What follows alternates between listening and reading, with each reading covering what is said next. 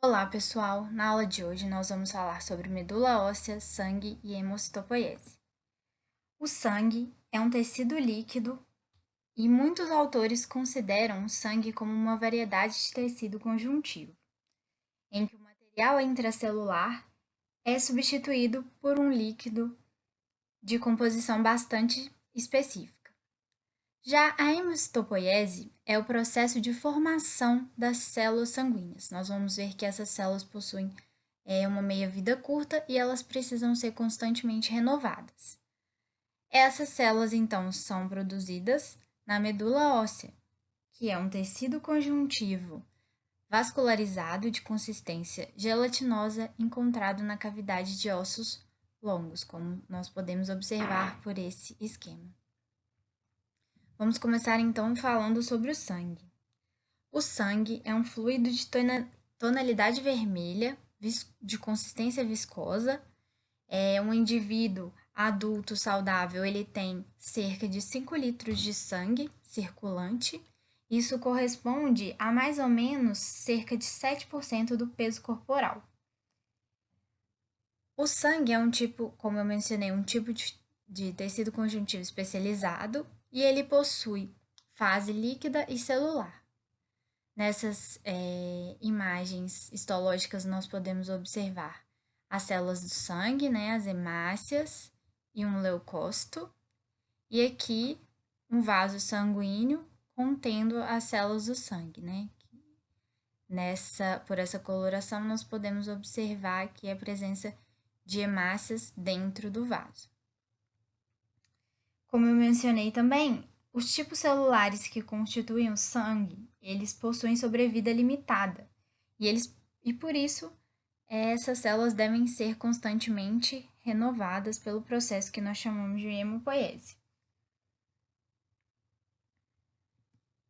O sangue, então, as suas funções, elas são similares à do sistema circulatório e ele é considerado, então, o veículo ideal para o transporte de substâncias para o tecido, né? Como água, gases, componentes orgânicos, inorgânicos, outros nutrientes e até mesmo hormônios. O sangue também auxilia na retirada de produtos excretados pelas células e pelos tecidos para serem direcionados para o sistema de excreção desses produtos. O sangue, ainda através da hemoglobina, realiza a troca gasosa, regulação da temperatura corporal e manutenção do equilíbrio ácido básico e osmótico. Além disso, o sangue ele constitui também de uma via para a migração de leucócitos. Bom, o sangue ele é composto de duas fases, fase líquida e celular. As células elas estão suspensas na fase líquida. A fase líquida nós chamamos de plasma, né? Ele é considerado então a matriz extracelular desse tecido, que é um tecido líquido, o sangue. E os seus componentes celulares nós chamamos de elementos figurados. São eles as células imunes, ou também chamado de leucócitos, as hemácias ou eritrócitos, e as plaquetas. Nessa representação aqui, nós podemos observar então em vermelho essa célula que eu estou apontando com a seta. São as hemácias, aqui representados os leucócitos, diferentes tipos de leucócitos, e em menor tamanho aqui nós podemos observar as plaquetas. O sangue, quando ele é submetido à centrifugação, ele consegue ser separado em diferentes fases. Após a centrifugação, então, as hemácias vão se depositar no fundo do tubo, como um precipitado vermelho, e elas representam cerca de 44% do conteúdo sanguíneo. Cobrindo esse precipitado vermelho, nós encontramos uma fina camada translúcida, que contém os leucócitos e as plaquetas. O plasma vai permanecer como um sobrenadante na superfície. Então, quando nós centrifugamos o sangue, nós conseguimos então separar os seus diferentes componentes, tanto celulares como o líquido. O plasma, então, ele é um fluido amarelado, onde as células sanguíneas estão suspensas. O plasma também contribui para a formação do líquido extracelular, né? O líquido que é responsável pela nutrição dos tecidos, ou seja, parte dos componentes sanguíneos, né? Parte dos componentes do plasma que estão circulando nos vasos sanguíneos, eles entram no tecido para formar o líquido extracelular que nutre as células e os tecidos. O plasma é formado por 90% de seu volume água, 9% do seu volume são formados por proteínas, entre elas albumina, alfa-beta-globulinas, protrombina, que vai ser importante na formação de coágulos, que nós veremos mais para frente, fibrinogênio também, proteínas do sistema do complemento e colesterol. No plasma, nós também encontramos sais inorgânicos, íons, compostos nitrogenados e nutrientes e gases que correspondem a 1% do seu volume. Bom, mas como eu falei, o sangue é um tecido líquido. Como que nós, na disciplina de histologia, vamos visualizar os componentes de um tecido líquido, uma vez que até o momento nós estamos acostumados a observar tecidos sólidos? Bom, o sangue pode ser visualizado por histologia através do esfregaço sanguíneo, que nada mais é do que a distensão de uma gota de sangue em uma lâmina, pela seguinte técnica sendo demonstrada no vídeo. E após a confecção dessa lâmina, essas células então são coradas por um mix de corantes que permitem destacar as características morfológicas diferenciais, né, que são características de cada tipo celular que vão permitir com que nós realizemos essa diferenciação histológica. Como resultado de um esfregaço sanguíneo, após a coloração, essa é a imagem que nós observamos ao microscópio. Nós podemos observar aqui que as células em maior número são as hemácias, né? Como apontada na célula. Em menor número, nós encontramos alguns leucócitos, e todos esses da imagem, eles são neutrófilos. Nós vamos aprender quais são as características que me permitem identificá-lo como neutrófilos. E entre as hemácias, nós observamos, aqui nós estamos observando em menor aumento, né, pequenos pontinhos, que são as plaquetas. Bom, a partir de agora nós vamos falar um pouquinho de cada uma das células sanguíneas.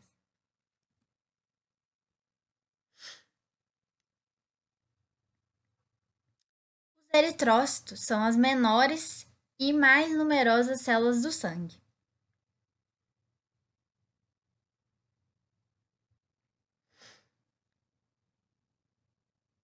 Os eritrócitos, eles possuem um típico formato de disco bicôncavo, né? Como nós podemos observar aqui. Esse formato, ele é importante, pois ele proporciona à célula uma grande superfície de contato em ambos os lados. Aqui nós temos uma vista de lado e uma vista do topo de um eritrócito, em relação ao volume dessa célula, aumentando assim a sua capacidade de troca gasosa. Os eritrócitos, eles são constituídos de uma membrana plasmática, citoesqueletos e diferentes proteínas. Dentre elas, a hemoglobina, que vai ser uma proteína importante para o transporte de oxigênio. Essas células são células anucleadas e também não possuem organelas. Elas são acidófilas, ou seja, elas têm afinidade de coloração pela eosina, E dentro do citoplasma dessas células, nós encontramos diversas enzimas que vão auxiliar a célula na realização das suas funções, né? Que permitem à célula realizar as suas funções. Dentre elas, nós destacamos a anidrase carbônica, que ela permite a formação de CO2, e a hemoglobina, que transporta o CO2. As hemácias, elas têm uma vida média de 120 dias. Após esse período, né, quando elas atingem essa idade, elas vão apresentar em sua superfície grupos de oligosacarídeos, né, grupos de proteicos, que fazem com que essas células sejam reconhecidas por macrófagos no baço, na medula óssea e no fígado, sendo assim, então, destruídas. Então, as hemácias velhas, após 120 dias, elas são destruídas por macrófagos. Na membrana plasmática dos eritrócitos, nós encontramos várias proteínas transmembranas, aqui representadas neste esquema. E logo abaixo da membrana plasmática, nós encontramos um citoesqueleto submembranar.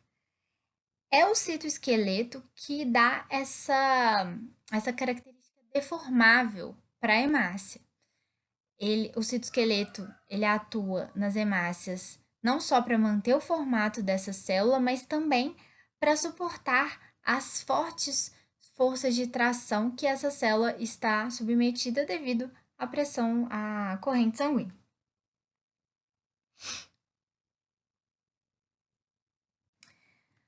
Além das proteínas transmembranas presentes na membrana plasmática do eritrócito, nós também encontramos cadeias de carboidratos que são especificamente herdadas, que atuam como antígenos e assim determinam os grupos sanguíneos do sistema ABO. Os mais notáveis desses antígenos são os antígenos A e o antígeno B. Esses dois antígenos determinam 4 grupos sanguíneos. O grupo A, onde indivíduos desse grupo possuem na membrana plasmática do eritrócito antígenos A. O grupo B, cuja esses indivíduos possuem em seus eritrócitos antígenos B. O grupo AB, cujos indivíduos possuem, então, ambos os antígenos A e B em seus eritrócitos, e o grupo de indivíduos O, cuja os eritrócitos desses indivíduos não possuem nenhum dos antígenos. Dessa forma, nós definimos então 4 grupos sanguíneos. Bom, por exemplo, os indivíduos do grupo A terão na sua membrana antígenos A, porém, no plasma, né, no plasma sanguíneo, esses indivíduos terão anticorpos anti-antígeno B. Então, dessa forma, se um indivíduo do grupo A precisa receber sangue e a doação for de um indivíduo do grupo B, assim que esse sangue for doado, né, assim que ocorrer a transfusão sanguínea, o organismo do indivíduo A vai reconhecer esses eritrócitos, né, pois ele possui anticorpos circulantes para reconhecer antígenos B. Então, esses anticorpos vão reconhecer esses antígenos, né, que foram, cuja transfusão sanguínea foi realizada, e vai promover, então, a destruição desses eritrócitos, né? Então, a presença desses anticorpos anti-B no indivíduo do grupo A que acabou de receber transfusão sanguínea de um indivíduo do grupo B vão reconhecer esses antígenos e provocar a lise dessas hemácias. Dessa forma, por isso as doações sanguíneas devem ser específicas e exatamente por isso, pelo grupo AB não possuir nenhum anticorpo no seu plasma, que ele é considerado um receptor universal. Ou seja,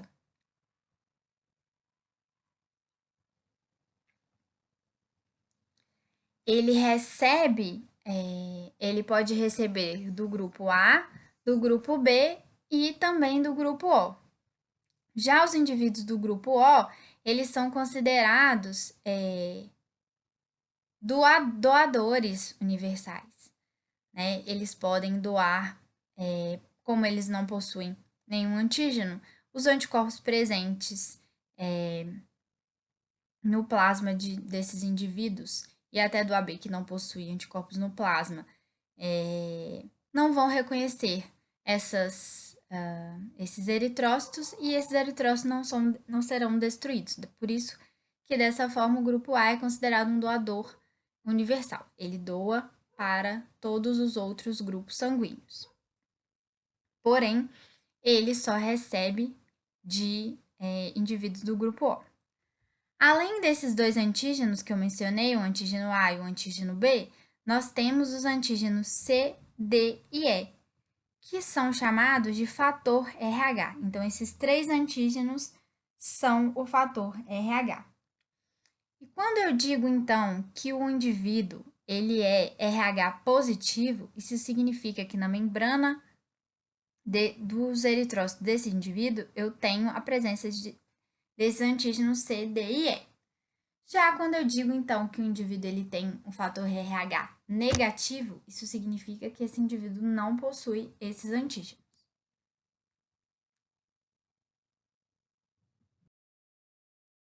Outro componente, então, do sangue são as plaquetas. As plaquetas elas não são células, elas apenas são pequenos fragmentos celulares derivados de um outro tipo celular, que são os megacariócitos.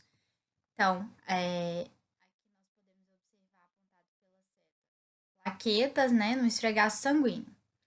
Já aqui nessa imagem abaixo, nós observamos o megacariócito, né, na medula óssea. E esse megacariócito, então, né, a fragmentação dessa célula que dá origem às plaquetas. Os megacariócitos são essas células, essas grandes células, né? Caracteristicamente, ele é conhecido por ser uma célula de tamanho grande, encontrada apenas na medula óssea. Então, quando essa célula se fragmenta, né, dão origem às plaquetas que são encontradas circulando no sangue. Bom, as plaquetas têm um formato de disco de 2 a 4 micrômetros, possuem seu citoplasma grânulos e em sua membrana plasmática muitos receptores. Tanto os grânulos quanto os receptores são os responsáveis pela função que as plaquetas desempenham no organismo. Em um indivíduo saudável, nós podemos encontrar, então, cerca de 250 a 400 mil milímetros cúbicos de plaquetas circulando no sangue. E a principal função das plaquetas são limitar a hemorragia.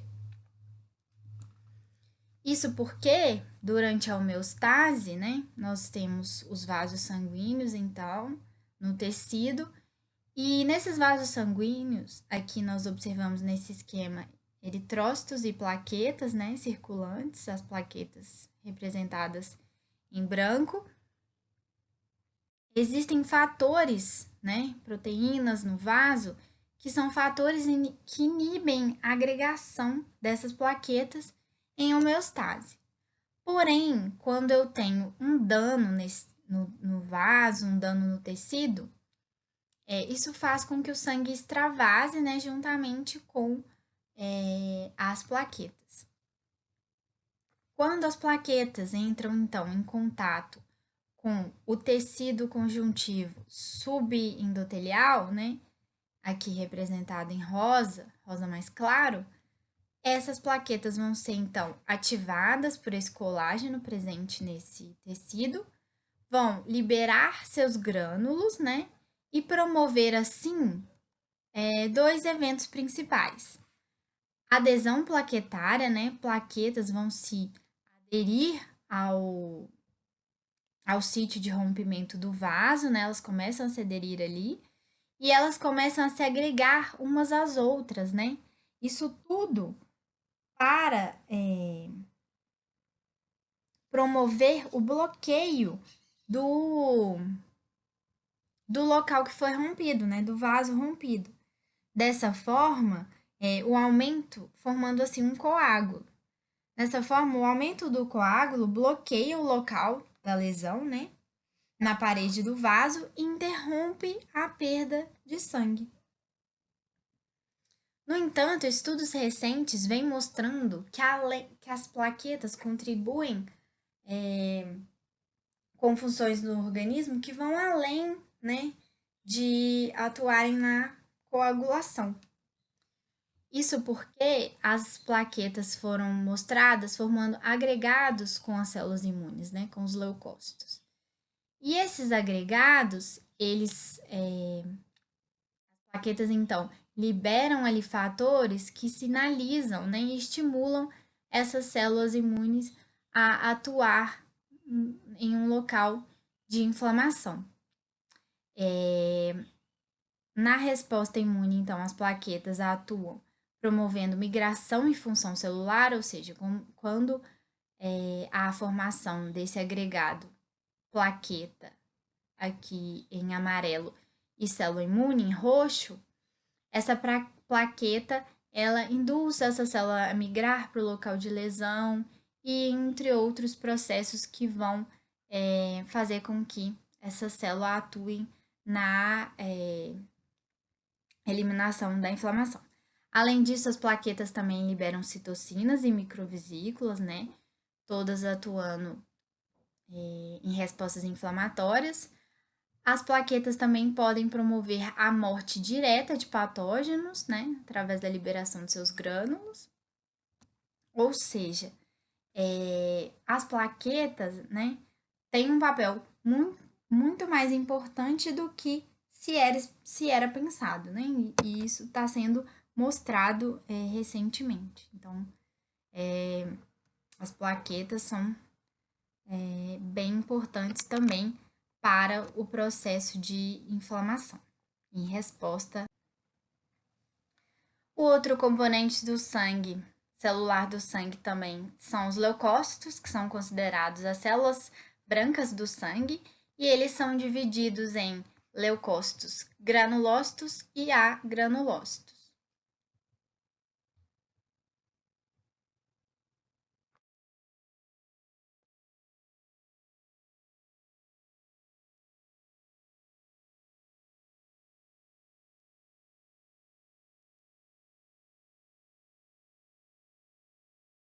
Outro componente celular do sangue são os leucócitos. Eles são considerados as células brancas do sangue e eles são divididos em leucócitos granulócitos e agranulócitos. Eles também são formados na medula óssea e sua principal função é combater e eliminar micro-organismos ou moléculas estranhas que entram em contato com o organismo. Entre os leucócitos agranulócitos, nós encontramos os monócitos e os linfócitos. E os leucócitos granulócitos são os neutrófilos, eosinófilos e basófilos. Um indivíduo saudável, ele tem entre 6.500 e 10.000 glóbulos brancos por milímetro cúbico de sangue.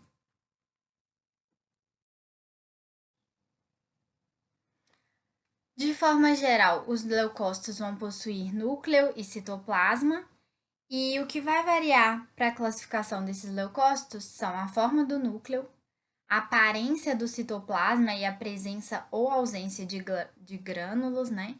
Então, temos leucócitos mononucleares ou polimorfonucleares, leucócitos que possuem grânulos específicos e grânulos inespecíficos, né? Ou ambos.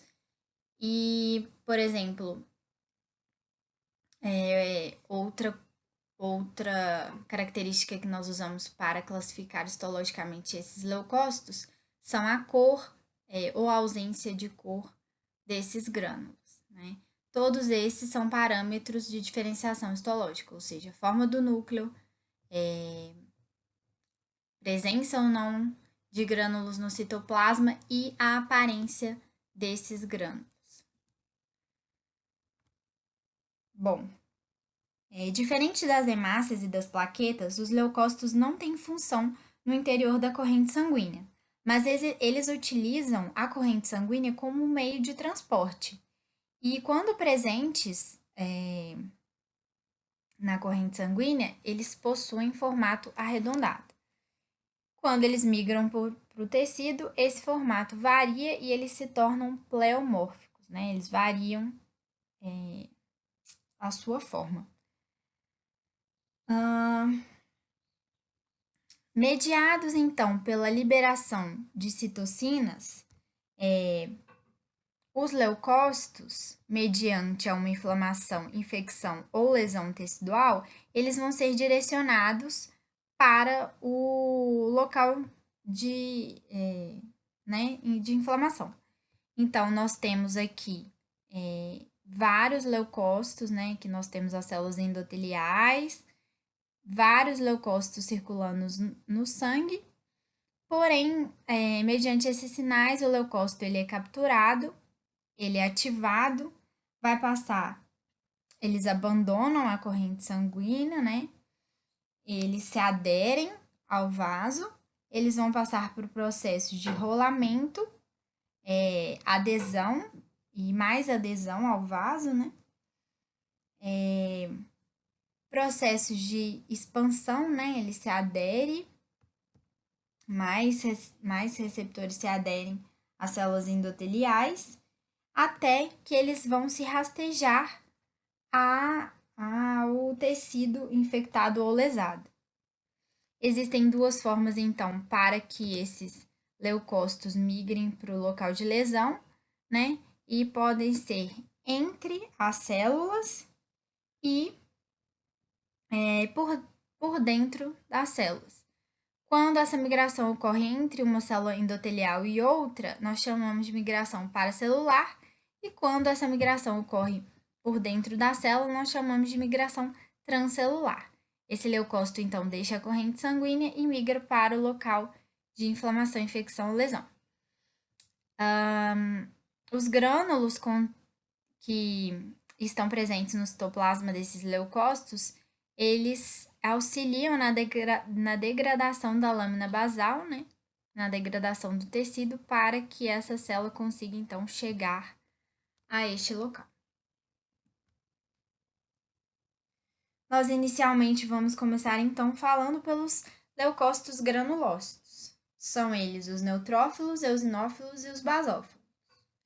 Esses três leucócitos, eles têm em comum, então, a presença de grânulos específicos diferenciados de acordo com a cor adquirida quando submetidos a colorações histológicas. Os neutrófilos, então, eles correspondem a cerca de 60 a 70% dos leucócitos presentes no sangue. Eles são fagócitos ativos, destruindo bactérias que invadem os espaços, que invadem o tecido, né? Eles são as primeiras células imunes recrutadas mediante uma infecção bacteriana aguda. E essas células possuem de 9 a 12 micrômetros de diâmetro, né? Elas são células polimorfonucleadas, né? Possui o núcleo multilobulado, né? Nós frequentemente encontramos cerca de 3 lobos nos neutrófilos, que são conectados aqui, apontados pela seta, por pontes de cromatina, né? Pelo próprio pontes do núcleo. Aqui também, nesse esfregaço sanguíneo, a gente consegue visualizar essa ponte. Então, nós temos 3 lóbulos, de 3 a 4 lóbulos, dependendo da posição que a gente encontra essa célula. Aparentemente 4, né? Mas a gente considera que o neutrófilo possui 3 lóbulos conectados, né?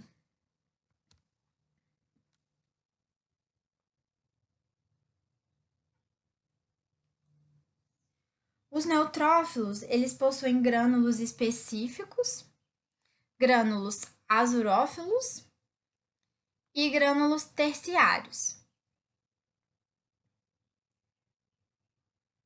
Nós podemos encontrar, então, esses três tipos de grânulos presentes no seu citoplasma, como destacado aqui nessa figura representativa.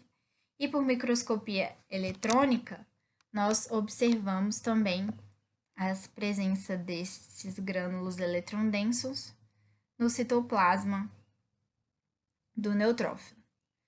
Os grânulos específicos contêm várias enzimas e agentes farmacológicos que ajudam o neutrófilo na realização de suas funções antimicrobianas.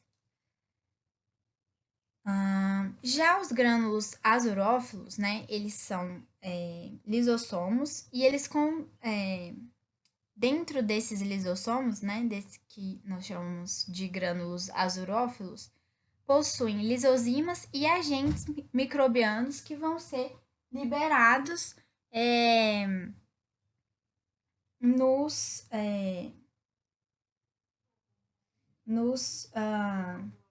nas bactérias que forem encontradas. Já os grânulos terciários contêm gelatinase, catepsinas, glicoproteínas que vão se inserir na membrana plasmática dos patógenos.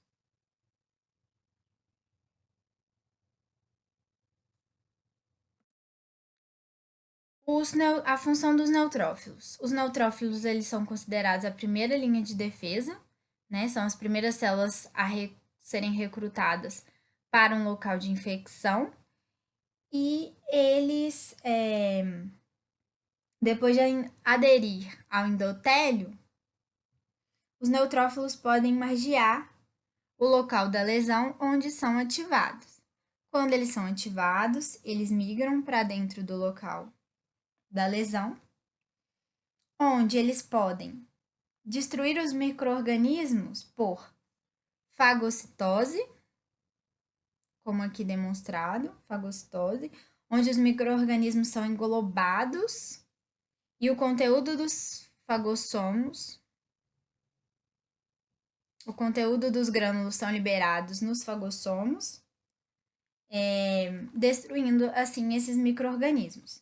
Além disso, os neutrófilos também liberam leucotrienos, que dão início ao processo inflamatório, né? E por fim, eles podem liberar os seus grânulos diretamente nos locais de lesão, onde atacam os micro-organismos invasores e ajudam também na migração dos próprios neutrófilos, degradando o tecido para permitir que essas células migrem. Uma vez que os neutrófilos tendo cumprido a sua função, uma vez que o neutrófilo ele cumpre a sua função de destruir os micro-organismos, eles também morrem, eles entram em apoptose, né? Resultando na formação do que nós conhecemos como pus. Então, quando nós temos pus no nosso organismo, esse pus nada mais é do que o resultado do acúmulo de leucócitos mortos, bactérias e líquido tecidual. Aqui nós temos esse videozinho mostrando um neutrófilo fagocitando uma bactéria. Então, nós temos aqui as células sanguíneas, o neutrófilo e as bactérias, que são essas bolinhas pequenininhas. Então, o neutrófilo entra em processo de migração.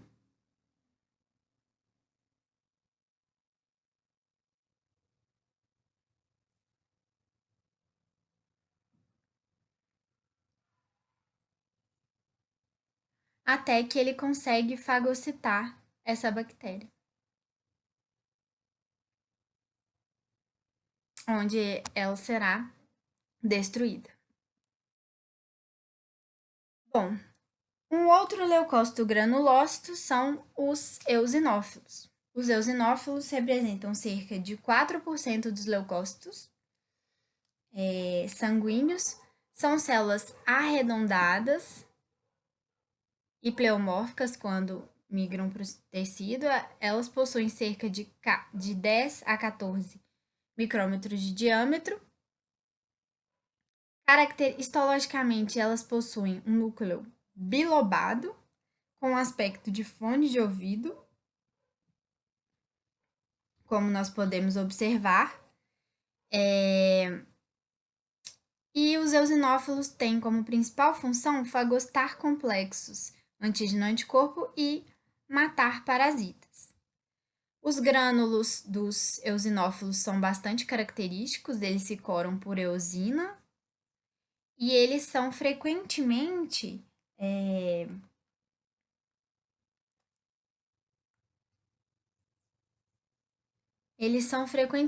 encontrados bem na superfície dessas células, o que facilita então a classificação histológica.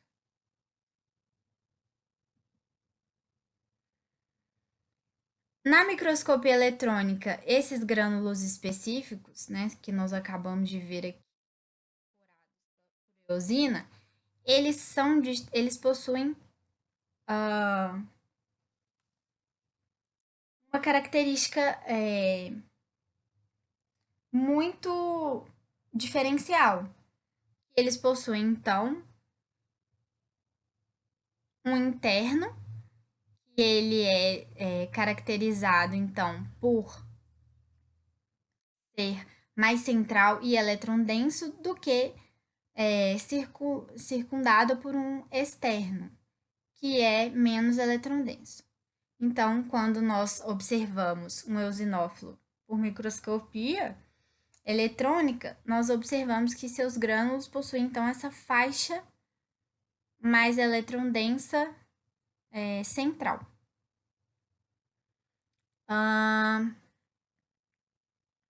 O interno ele é composto de proteína por várias proteínas, entre elas a proteína básica principal e a proteína catiônica eosinófila, que são proteínas eficientes, altamente eficientes no combate a parasitas. O externo também contém enzimas que atuam também nesse combate. Aqui nesse vídeo nós temos eosinófilos de sangue humano atacando então um nematóide. Então nós observamos que esses eosinófilos eles são atraídos, né, para esse nematóide e a degranulação, né, a liberação daqueles grânulos específicos no nematóide vão promover poros na cutícula do parasita. Então, esses eosinófilos estão aqui liberando todos os seus grânulos específicos, fazendo com que esse parasita ele fique mais susceptível ao acesso de agentes tais como superóxidos e peróxidos de hidrogênio que vão promover a morte desse parasita.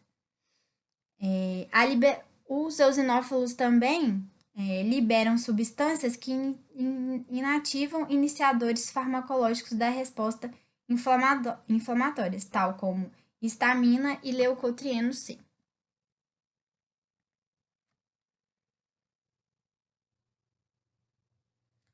Os basófilos são um terceiro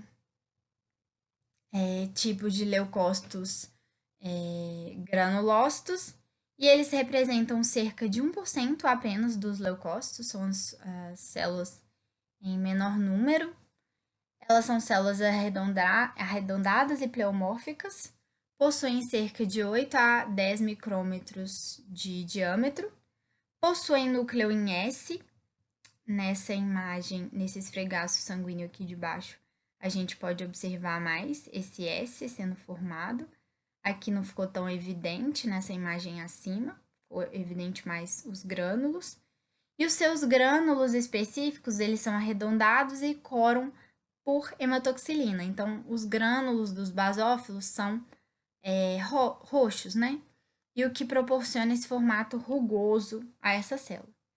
Os basófilos, então, são responsáveis por iniciar processos inflamatórios.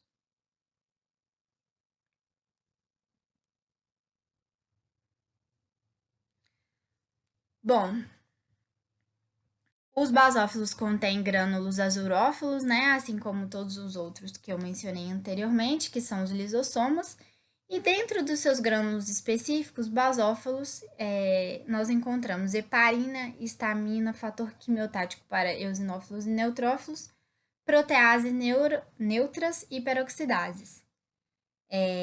Essas enzimas, quando liberadas, elas atuam como iniciadoras do processo inflamatório, né?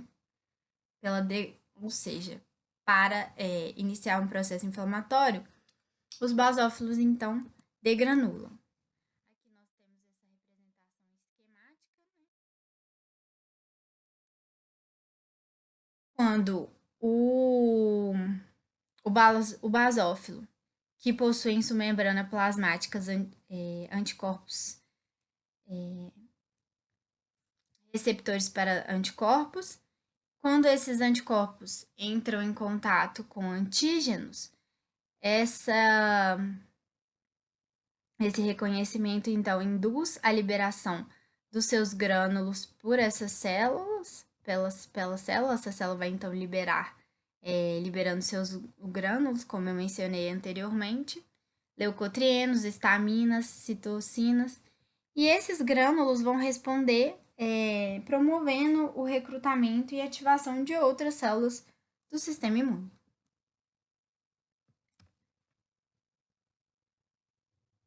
Que são aqueles leucócitos que não possuem grânulos específicos. São eles os monócitos e os linfócitos. Os monócitos, quando são encontrados apenas circulantes no sangue, e quando migram para os tecidos, eles se diferenciam e são, a partir daí, chamados de macrófagos. São as maiores células do sangue e representam cerca de 3 a 8% dos leucócitos. Morfologicamente, eles são distintos por um núcleo único e grande no formato de rim ou ferradura. E o seu citoplasma frequentemente é encontrado com esse aspecto de bolha. O seu citoplasma é claro, né, cor assim azul acinzentado e possui grânulos azurófilos, sendo que, fazendo um destaque aqui, esses grânulos azurófilos nós conseguimos apenas visualizá-los em microscopia eletrônica, tanto dos agranulócitos quanto dos outros tipos celulares que eu mencionei, dos neutrófilos, basófilos e eosinófilos. Apenas os grânulos específicos que são visualizados por histologia.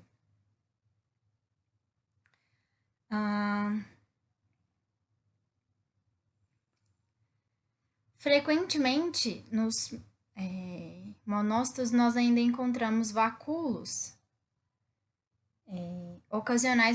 ocasionais, né, espaços no citoplasma semelhantes a vacúolos, como nós podemos observar.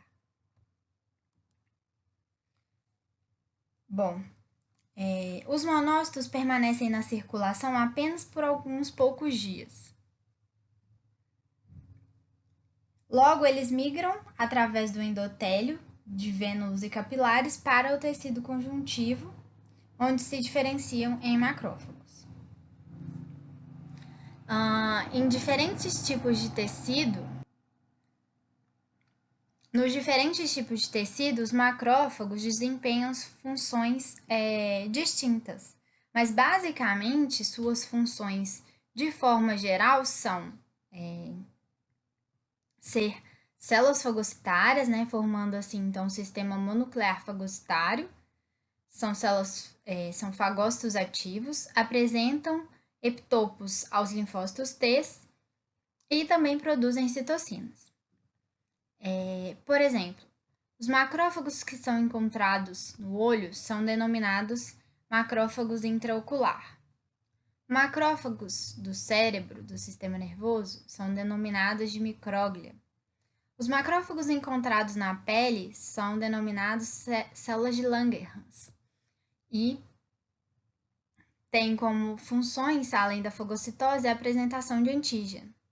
Os macrófagos encontrados no baço são macrófagos de baço e atuam na remoção de hemácias senescentes e depuração do sangue. Os macrófagos intestinais atuam no reconhecimento e remoção de patógenos entéricos, tolerância a antígenos provenientes dos alimentos e microbiota. Os macrófagos encontrados no sistema linfático são denominados macrófagos medulares e macrófagos sinoidal subcapsular. Eles atuam na captura de antígenos e apresentação para células B. Já os macrófagos encontrados no tecido ósseo são denominados de osteoclastos e sua principal função é atuar na reabsorção óssea. Nós possuímos ainda macrófagos de medula óssea, células de Kupffer, que são os macrófagos encontrados no fígado e atuam eliminando patógenos e toxinas deste órgão. Macrófagos alveolares são encontrados no pulmão e atuam na eliminação de poeira, alérgenos e micro-organismos que porventura venham com o ar externo. E é isso. De forma geral, então, os monócitos são encontrados apenas circulantes no sangue e quando essas células, então, migram para o tecido, eles vão ser denominados de macrófagos.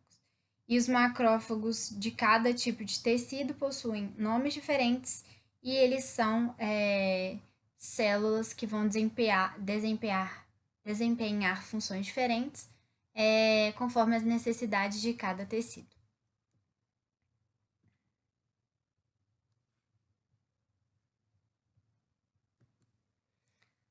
Nessa imagem, então, é um vídeo retirado de um artigo científico que mostra macrófagos fagocitando fibras de amianto.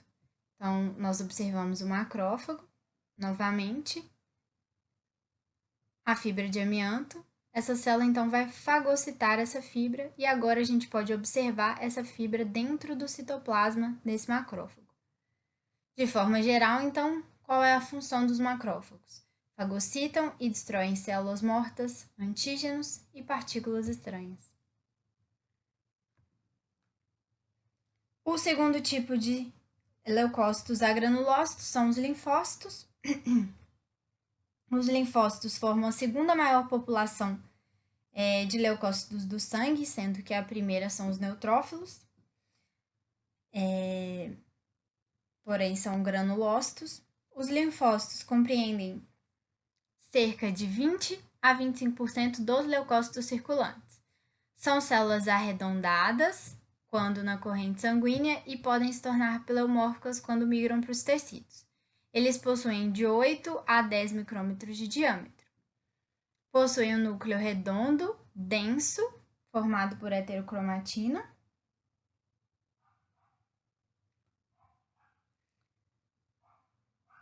E que ocupa quase toda a célula, tornando então o citoplasma desses leucócitos escasso. Como nós podemos comparar neste esfregaço, os linfócitos são pouco maiores que as hemácias. E seu citoplasma é claro e possuem poucos grânulos azurófilos, que são os grânulos inespecíficos. E como eu mencionei, esses grânulos eles não são observáveis à histologia básica. Os linfócitos eles são divididos em 3 categorias funcionais: os linfócitos B, os linfócitos T e as células nulas. Porém, nenhuma desses 3 tipos celulares é distinguível histologicamente, ou seja, eu não consigo distinguir um linfócito T de um linfócito B apenas por HE. Eu preciso realizar uma marcação específica através de técnicas de imunocitoquímica, por exemplo, devido à diferença de receptores de marcadores de superfície celular que esses três tipos de células vão apresentar. Bom, os linfócitos só desempenham suas funções no tecido uma vez que se tornam maduros.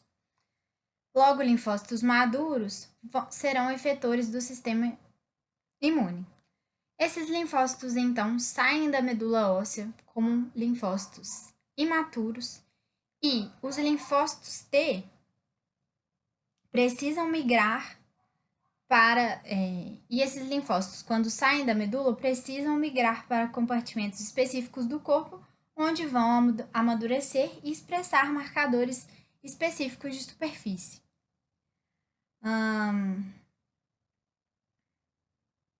As células B já saem da medula óssea vermelha prontas, maduras, e elas se diferenciam em regiões não identificadas ainda da medula óssea. Enquanto as células T, elas migram para o córtex do timo,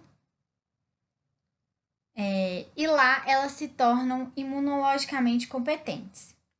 Uma vez que essas células são imunologicamente competentes, elas deixam seus respectivos locais de maturação, entram no sistema linfóide, elas vão se proliferar e se diferenciam em subpopulações.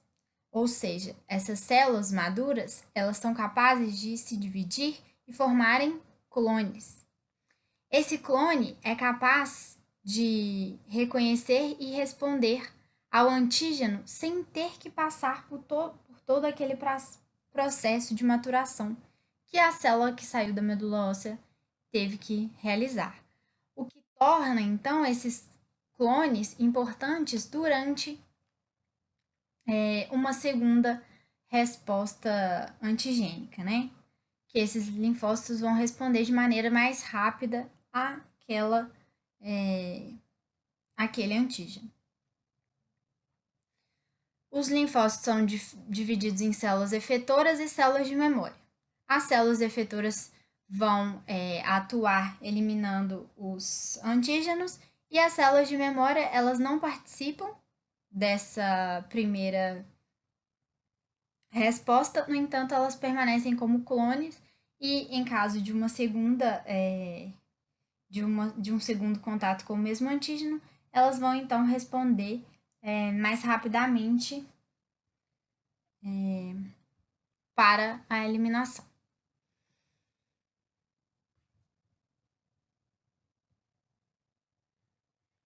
Os linfócitos todos os tipos de linfócitos derivam de um progenitor comum. Esse progenitor, então, se diferencia em células T, linfócito B e células NK. As células T, elas podem se diferenciar em células T helper, que iniciam ou suprimem respostas, cuja função é iniciar ou suprimir respostas imunes, ou células T citotóxicas. As células T citotóxicas, elas têm a capacidade de entrar em contato físico direto com as partículas estranhas e eliminá-las. Já as células B, sua função é produzir anticorpos.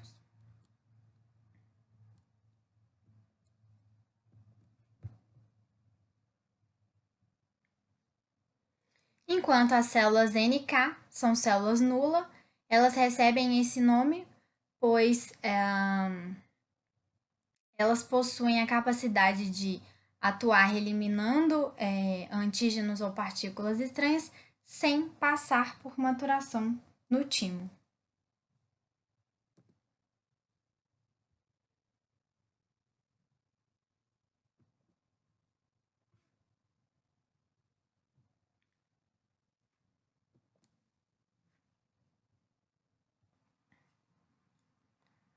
Resumindo os leucócitos, nós temos então leucócitos granulócitos e leucócitos agranulócitos. Os leucócitos granulócitos, eles possuem grânulos específicos que são visíveis à histologia Já os agranulócitos não possuem esses grânulos, só possuem os grânulos inespecíficos, que só são visualizados por microscopia eletrônica. Os granulócitos também possuem grânulos inespecíficos, que também só são visualizados à microscopia eletrônica. Nós temos então como granulócitos basófilos, eosinófilos e neutrófilos,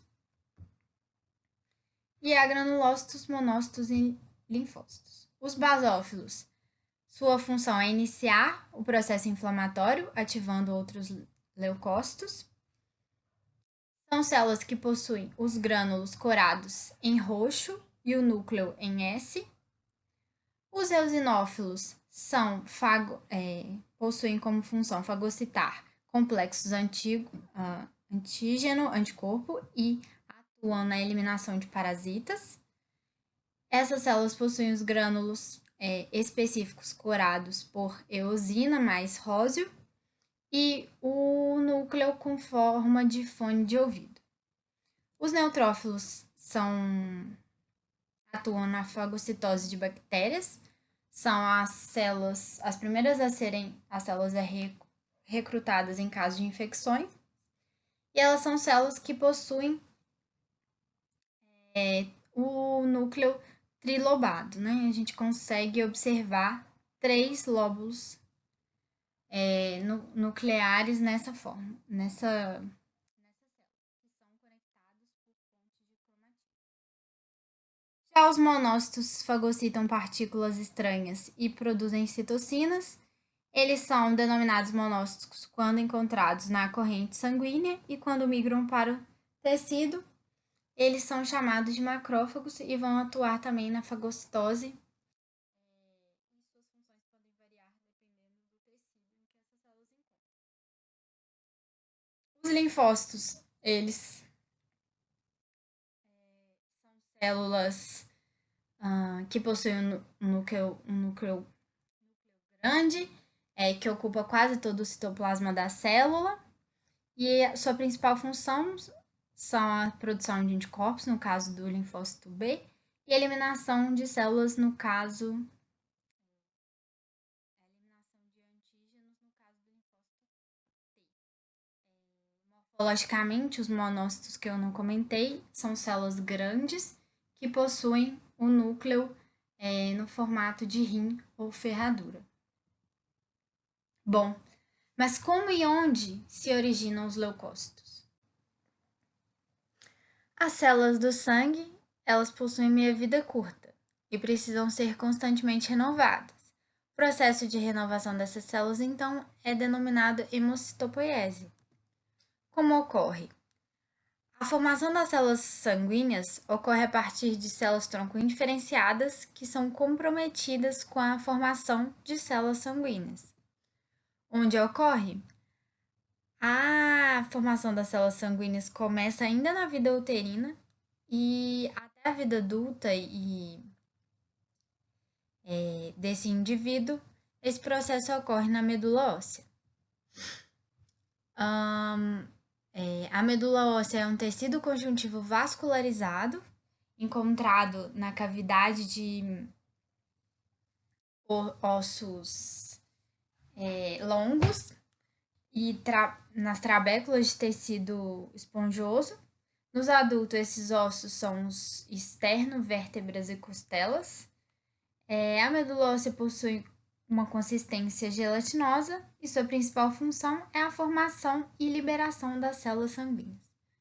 Então, aqui a gente tem a representação de um osso longo e no interior da trabécula óssea nós temos esse tecido vascularizado, né, de consistência gelatinosa, onde as células sanguíneas são encontradas. Bom,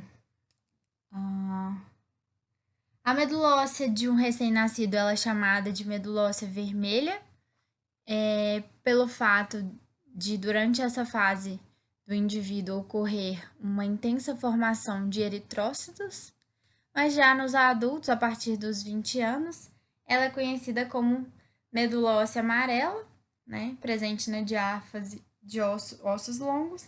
Isso porque, como a gente pode observar nessa imagem, a medula óssea amarela possui uma grande quantidade de adipócitos, né? O que a gente vê como esses espaços brancos, na verdade, são adipócitos. E aqui continha suas gotículas lipídicas que não são coradas, né? Então, o que dá esse aspecto de espaço, mas são adipócitos.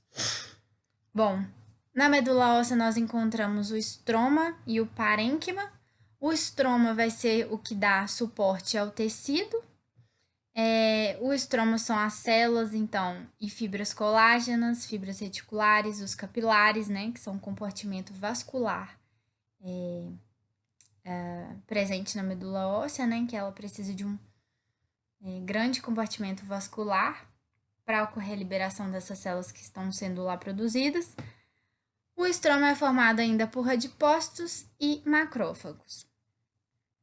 Já o parênquima, que é o que nós conhecemos como tecido da medula óssea, ele é formado pelo compartimento hemocitopoético, ou seja, pelas ilhotas de células hematopoéticas que estão sendo ali produzidas. Nessa imagem, então, nós vemos um corte histológico de uma medula óssea amarela, né, devido à presença dos adipócitos. Nós conseguimos ver essas células grandes, que são os megacariócitos, e ilhotas de células pequenas, que são as ilhotas de células hematopoéticas, ou seja, cada célula dessa vai dar origem a uma célula sanguínea madura. Bom, aqui um outro corte histológico evidenciando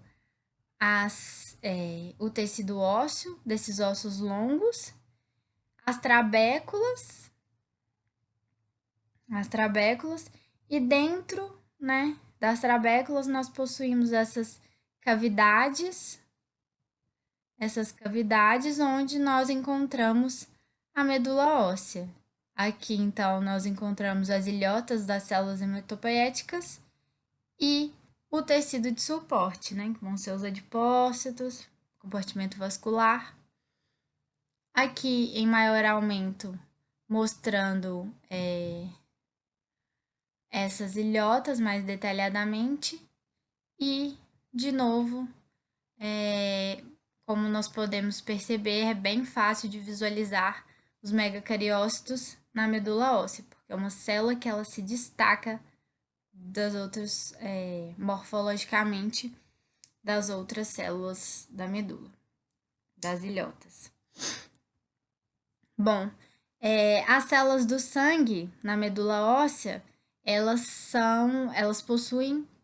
se originam de um precursor pluripotente comum, ou seja, eu tenho uma célula tronco na medula óssea que ela é pluripotente e ela é capaz de originar todos os outros tipos de células sanguíneas. Essa célula, então, ela precisa primeiramente se diferenciar, né, se comprometer com uma linhagem sanguínea. Nós temos dois subtipos de linhagem sanguínea: células tronco mieloides, que vão dar origem aos eritrócitos, aos megacariócitos, né, que depois originam as plaquetas, e os leucócitos granulócitos. Já a célula tronco linfóide, ela somente dá origem a células linfóides, como os linfócitos B, linfócito T e as células NK.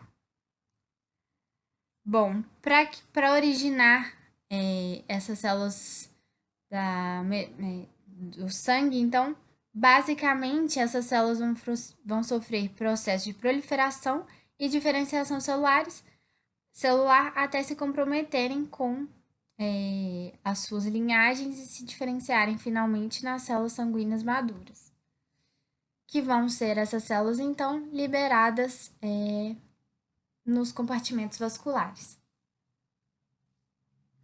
Bom, nós temos, para cada tipo celular, nós temos um processo de desenvolvimento, né, de formação dessas células. Mas o que essas células têm de comum, então, que todos esses processos de formação dessas células têm em comum, são um progenitor indiferenciado, que vai ser a célula mais indiferenciada, um precursor, que vai ser uma célula que ela já está comprometida com a linhagem de célula sanguínea, a qual ela pertence, e a célula madura. Então, vamos pegar o exemplo aqui de um eritrócito. O precursor do eritrócito, ele é uma célula nucleada. Então, de uma célula nucleada até a formação do eritrócito, essa célula vai passando por uma série de modificações morfológicas que culminam na expulsão do seu núcleo e formam, assim, então, um eritrócito anucleado. A mesma coisa é para uma célula da linhagem granulócita, por exemplo, um eosinófilo. O seu precursor, ele passa por uma série de processos de diferenciação e formação de seus grânulos até que se forma, então, a célula madura. Essas células, então, maduras vão se diferenciar, essas células maduras diferenciadas vão ser liberadas na corrente sanguínea, onde vão exercer, então, as suas funções.